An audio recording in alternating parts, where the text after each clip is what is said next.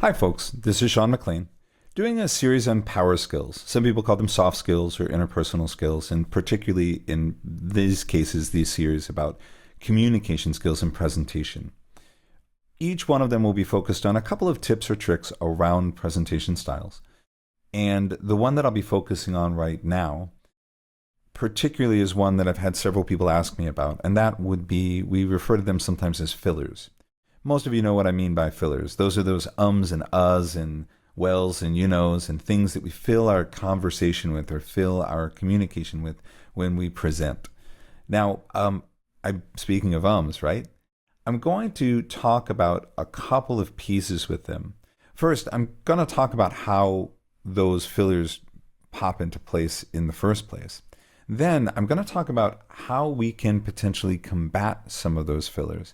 And then finally, if I can at all remember to do this, I'm going to mention that those fillers aren't necessarily all bad.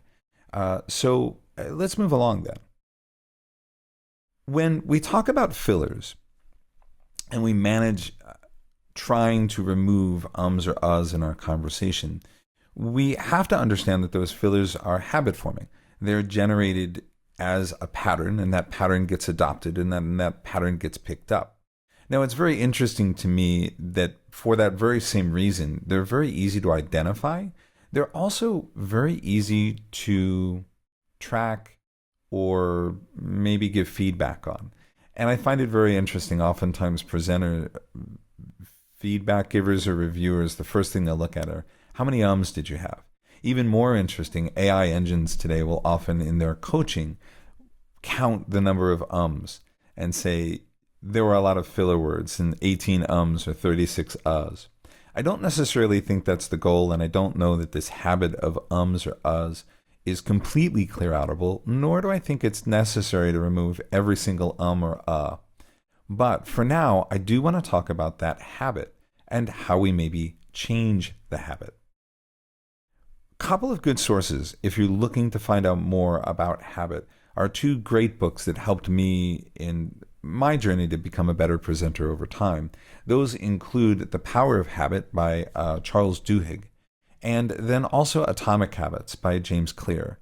Now, they talk about a lot of other habits, but one of the things that they do talk about that I think is excellent is that habits are not easily broken. They are only replaced. So oftentimes when we find people trying to break bad habits, we tend to think, well, stop doing that. Oftentimes the stopping doing something is more challenging than the picking up the habit in the first place. So what a lot of sources recommend is that instead of focusing on your or your or not saying your or your to instead replace it with something.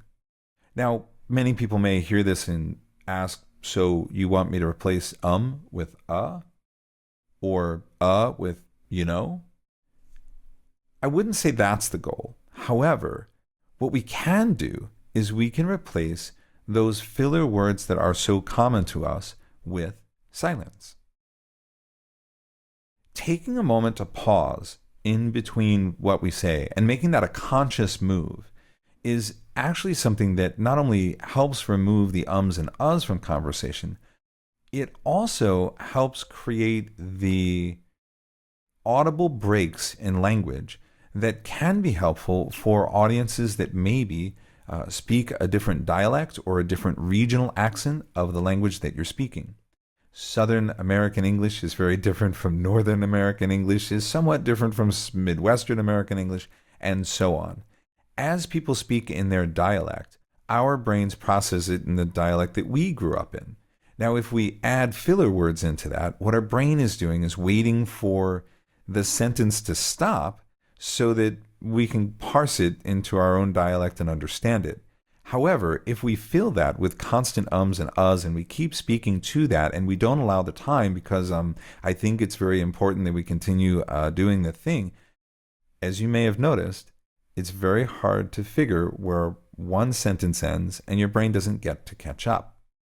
So inserting a silence instead of an can be a great way to both remove ums, but it can also slow down speech for people who tend to be fast speakers and allow people in the room who may have other accents or dialects to pick up what you're saying. Now, you may look and say, that's all easy for you to say, but inserting silence is kind of difficult. How do I do that? And I would offer a really simple tip.